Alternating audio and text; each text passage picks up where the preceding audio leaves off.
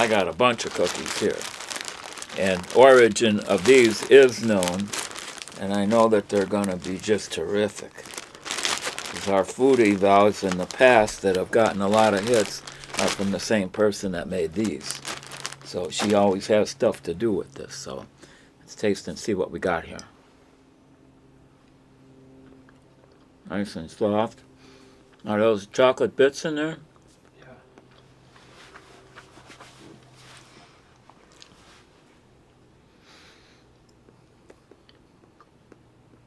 I know this taste because I've tasted it before, and there's a lot of those bits in there. I don't know if it's little pieces of chocolate.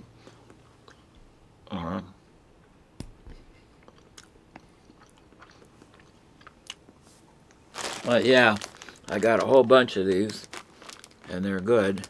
And this could go with ice cream or, I don't know, a cup of tea or something, and milk. These are terrific. Pringles? I don't know. Pringles. Is it delicious? It is this is delicious, and these are gonna be delicious. That's what I got to say about that.